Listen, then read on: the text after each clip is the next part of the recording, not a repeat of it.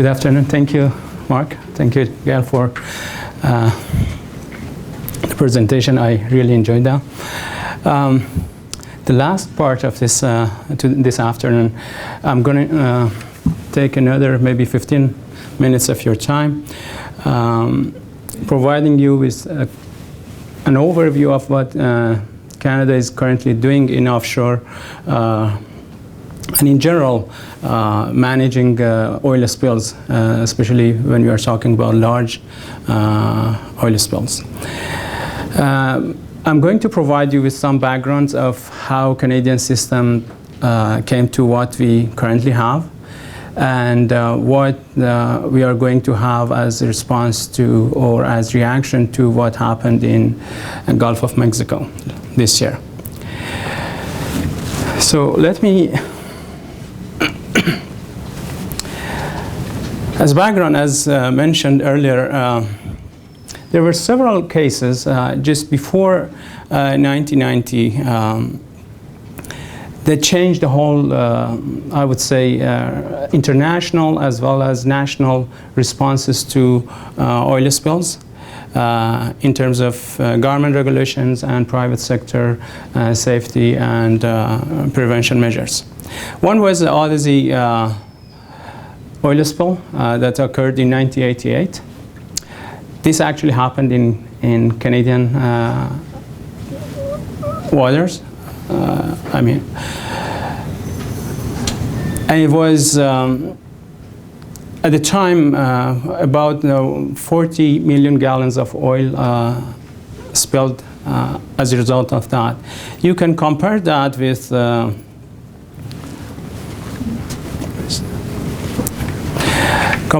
the other major oil spills in throughout the world.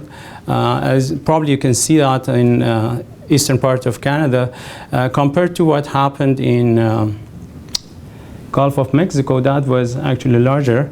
And we have had other major larger spills as well. The point here is that this is a large spill, as well as some other cases, major ones, they actually caused by some major North Atlantic or I would say storms generally. Bad weather, major storms in the sea. And this has impacted the response, and this has been the case very often, and that's something that we need to consider when it comes to managing oil spills in Canada. There are some discussions and data about the overall impacts. I'm not going into details. It's not my area of specialization, but I guess there are questions about the overall impacts, because there is a belief that it just dispersed and no major environmental impacts it did have.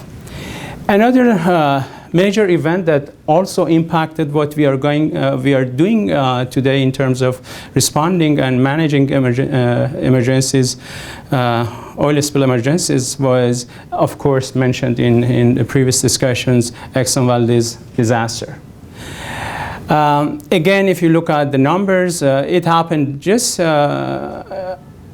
1989 in March. We are getting close to the anniversary of that as well.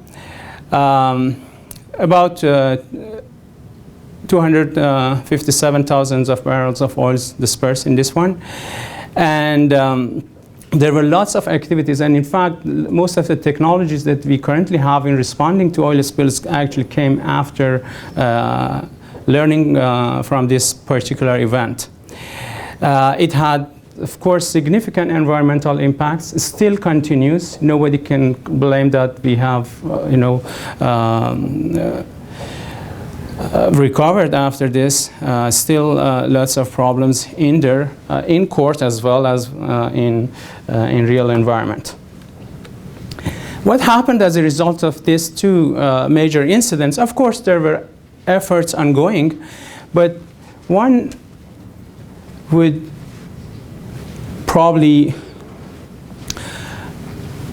consider that this convention, International Convention on Oil Pollution Preparedness, Response and Cooperation, was basically motivated by Exxon Valdez and previous major spills that occurred worldwide and around us.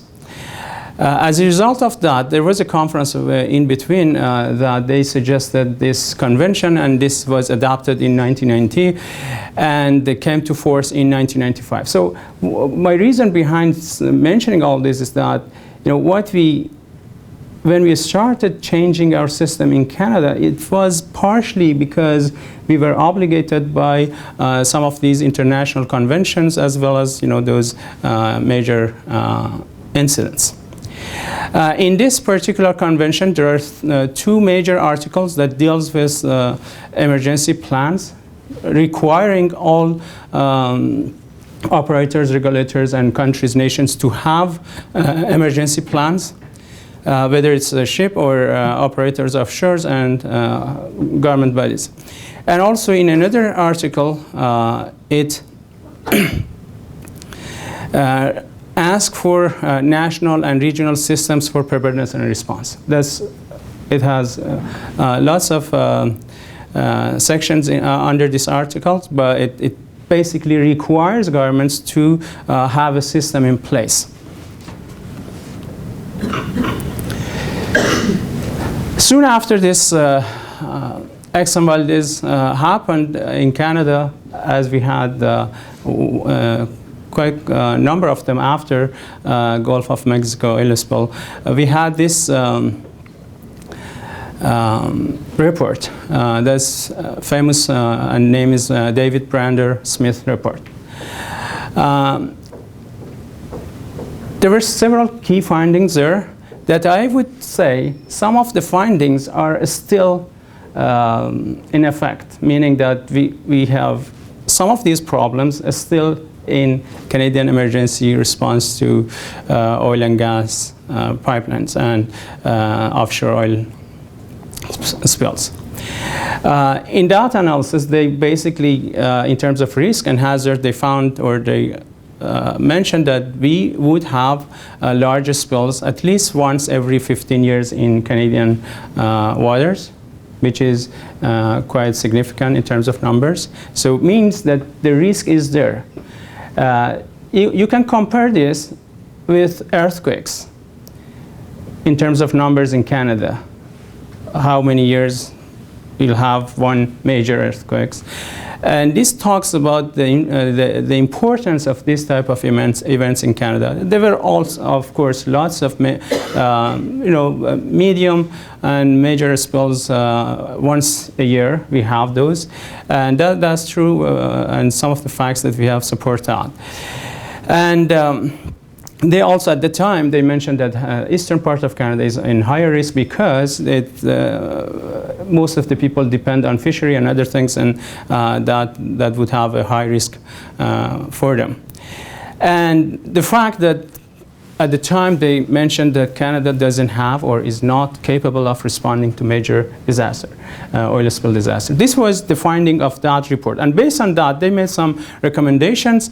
And there were some changes taking place or starting to take place after that report.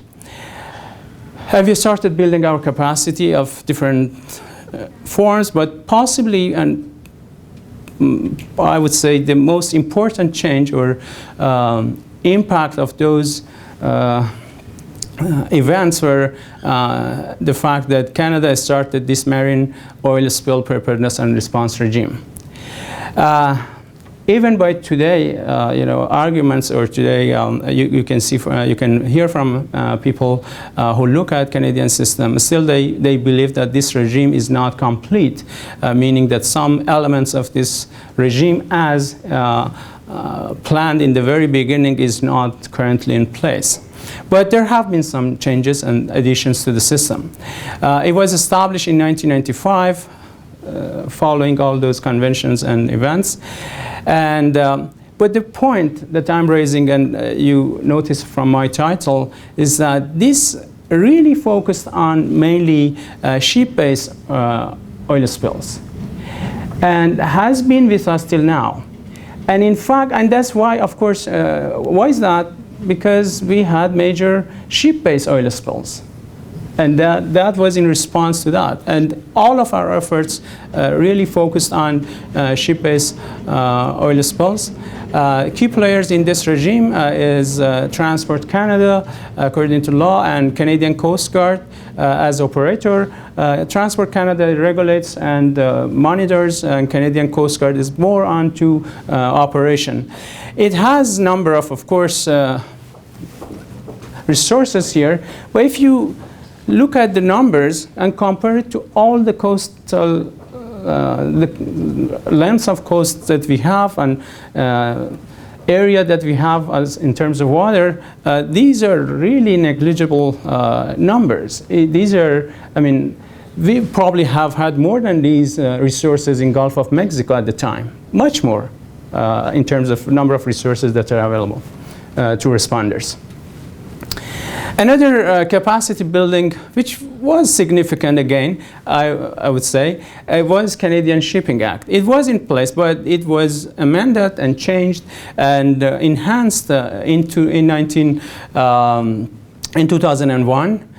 And under this act, there are several sections that talks about oil spill, but again, as I said, it is focusing only on ship-based pollutions and talking about prevention, mitigation, and partially preparedness and response to that. This would probably be considered as one of the major elements of that regime that helped in managing ship-based oil spills. Another capacity building item, I would say, here based on expanding on what I mentioned, was planning and organization. Some details about what we currently have in Canada following those guidelines and acts. Of course, Transport Canada currently is the major player when it comes to ship-based oil spills. And Canadian Coast Guard, as I mentioned, it has this Transport Canada has a national preparedness plan. And this is actually that plan. This is for some of these, I put them mainly just for you to look at the date these plans have been prepared and not updated, but I'll touch on that later on as well. We have, as part of Canadian Coast Guard, we have a national response plan. They also have regional response plan and area response plan, depending on the size of oil spill and the resources that are required. They also have what they call it national response team. We have response organizations. These are private companies created by major oil companies operating in, on the sea here. And they respond based on the call from companies. And these are basically what we have in the first line when it comes to responding to oil spills. Canadian Coast Guard goes into place when either it's required by these response operations, they need their help, or they feel that they are not doing enough to prevent spills. And they have several of them in different parts of Canada. We have one for Atlantic part, and we have one for the Western Coast, these response organizations that are privately operating. And of course, Environment Canada. And this is, these are what this map shows the location of our Coast Guards. I did actually some calculations using GIS analysis, the distance between our Coast Guard with the nearest offshore drilling. And these are really significant distances. I'm going to touch on that later on as well. Based on all what we did, generally worldwide, there has been a significant reduction in ship-based oil spills. Of course, it's not necessarily because of all regulations, but it's partially because of improvement in technology and other changes that happened. So you can see this drop, which is worldwide, it's not specific to Canada, but it at least shows that there has been significant improvements in terms of reducing the number of spills that are ship-based throughout this period. If you look at from 90 to 2010, you see this smooth reduction. What about oil, offshore oil? This is not similar, in fact, if you go into details.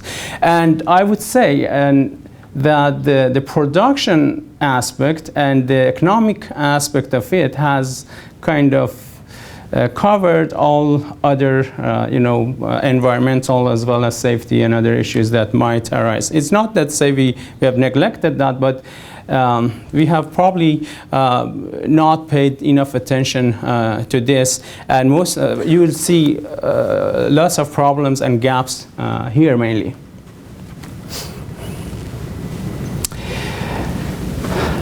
In terms of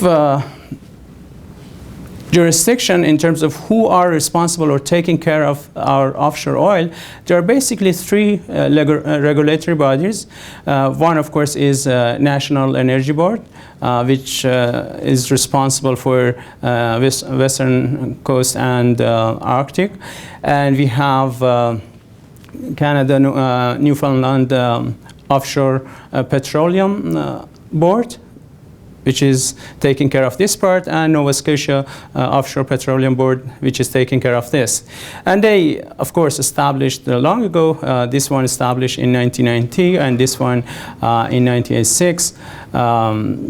And they have been drilling for quite a while. This one starting 1966. This one, the first started in 1967, almost same period. But the regulatory bodies established long after that. And you can see numbers of the amount of oil currently produced and number of wells that are currently in place in these two particular locations. This part is not subject of lots of studies at this point, or let's say analysis or attention, because there's no application at the point for drilling. And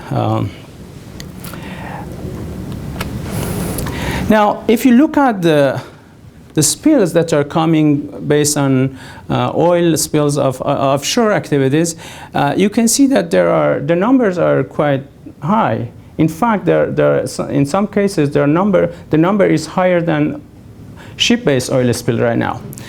And there are, of course, over the time, you see major spills. This is the one that Gail also referred to, when 1,000 barrels of oil discharged into water, and this was one of the largest. We have had some other peak periods in that. But if you look at the type of oils or materials released, you see a majority of it is actually crude oil, which is important. There were, of course, some major spills and major incidents. I would say it is more than spills. They were major disaster in a sense. One was also mentioned by Gail. This happened in 1982. This mentioned as name, whenever you want to look at the names of disaster, this is called Ocean Ranger drill disaster that sank totally and killed about 84 people who were on board at the time.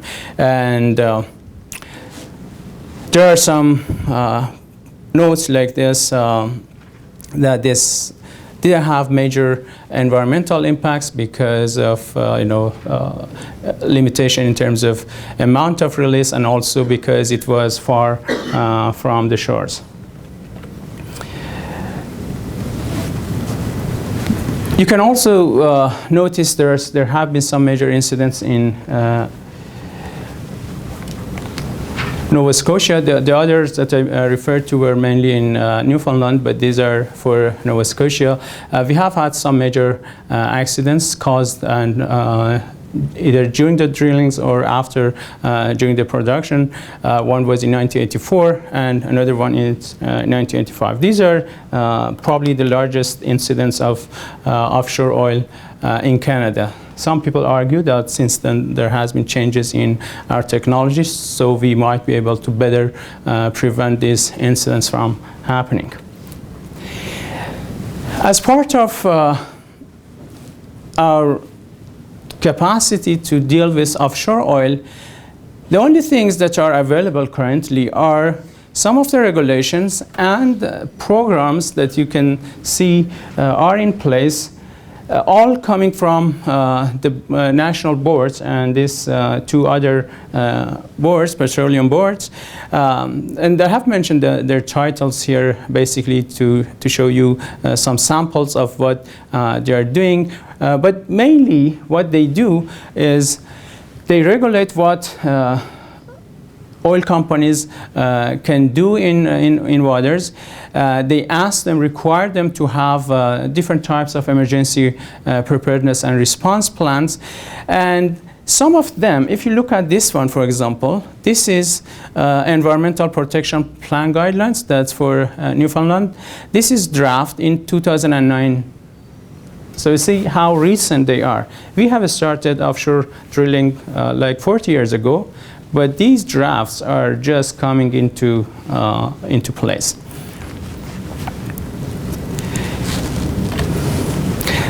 In terms of how we deal with these emergencies, if you compare both ship-based and offshore oil response systems, they are quite similar. They basically start with, if the spill is small, so it's going to be dealt with the company or at site without major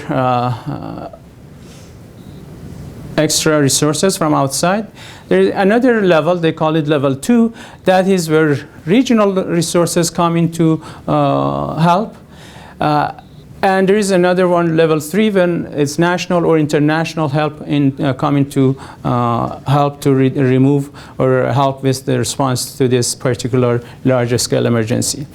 But if you look into details, you will see most of the responsibility is given to the private companies themselves, and I'm going to argue that later on as well. There are certain issues with the way we respond to sea-based spills and emergencies, and these are some of the key points because they are important for my conclusion. If, for example, you want to deal with a large spill, which is 10,000 tons and more, you need 72 hours. This is based on a question asked to these private companies that are offering help to these incidents. They require 72 hours to get there. And it is probably from the closest facility that they have. Imagine if you want to bring similar resources from outside and far beyond. It takes, within Canadian system, it takes us 72 hours to respond and to get there to control it. And by the time, as Gail mentioned, we don't know how much impact has been missed by the time and how much we can control after that. For any oil spill, these are the key factors that are important for response, in fact. Location, if it is closer to us, of course, it has pros and cons. If it is closer to the shore, it creates major environmental impacts possibly. But if it is far from shore, it makes problems for responding to it in terms of emergency. And time of the year, again, whether it is summer, winter, or spring, or autumn, it really makes a huge difference in terms of our capability to respond to that, as well as, of course, environmental impacts. But I would focus mainly on response. And in fact, some of these major events have occurred mainly in the time that weather was not cooperating and very bad. In fact, it has been mentioned in responses to that. I'm going to close soon.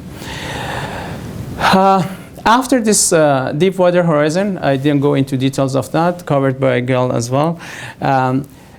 There were two major reports done in Canada, or analysis, or let's say evaluation of Canadian system based on that. Again, responding to what happened outside our country. The findings here was, this is the report, the Senate report, published in August. Time is important also. They've basically suggested that there is no need to ban offshore oiling. They feel that the risk is being managed appropriately, so we are okay in that sense. They have made some recommendation in terms of response and preparedness, particularly asking companies to collaborate with each other and authorities as well, and also ask them to have larger scale emergency exercises. This is what they suggested as part of the Senate report. It was kind of, as I said, soft reaction when it comes to oil, offshore oil. Another report that is also important, also time is here important for. This is focusing mainly on ship-based oil spills, but touching on other areas as well. But I found contradictions between the Senate report and what you can see as key findings here. For example, they really mentioned that there is a lack of complete, systematic, up-to-date, consistent, and ongoing risk assessment of ship-based oil spill. This is really important when it comes to whether we have sufficient system in place. So if you don't have a systematic risk assessment, which is probably the core element of doing an emergency management practice, we cannot have a good response, we cannot have a good preparedness and others, as well as recovery. So all these really talks about great shortcomings in what we are having in terms of responding to oil spills, even with ship-based oil spills. It's not only, forget about offshore oils. In my conclusion, looking at all these materials and based on what we were working on in terms of oil spills and gas and oil spills and incidents, if you want to have a framework, I would say this is what we look at it as a framework: prevention, preparedness, response, and recovery. And there are significant gaps in our system when it comes to each of these elements.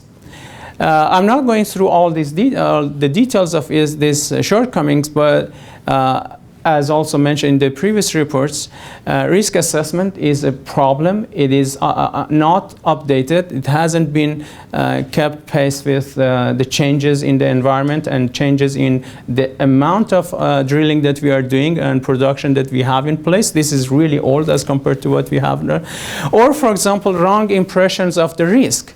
We simply think that, for example, if it is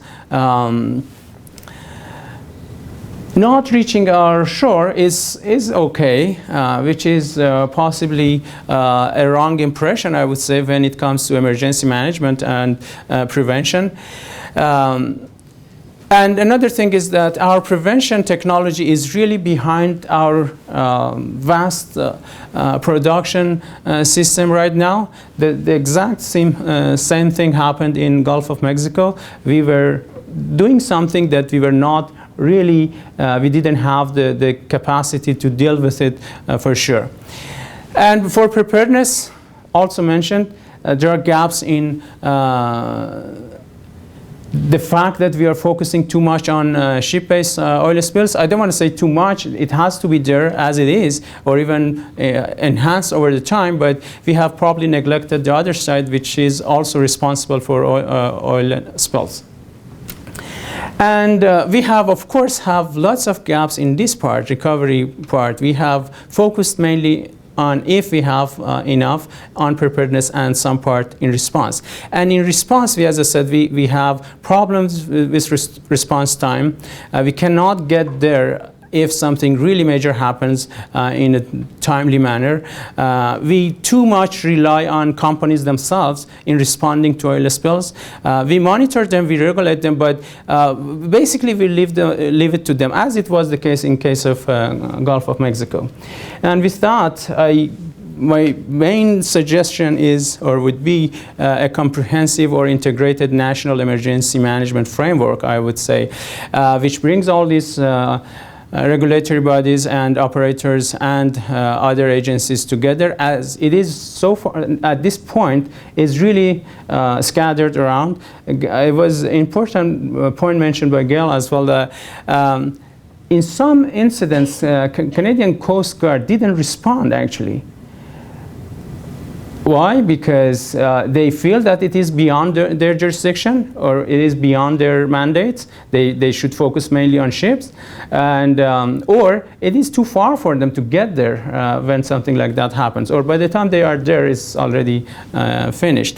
Or even with this major incident that happened, Canadian Coast Guard, with the system that they had, I'm talking about 1984 incident, they couldn't get close enough to this burning platform at the time. So with that, I think there are lots to talk about what this framework looks like, or how this looks like, and what we should do with that. But certainly there is a need for enhancing our current systems and bringing it together as a result of these incidents. I'm going to stop here, and sorry for taking more time.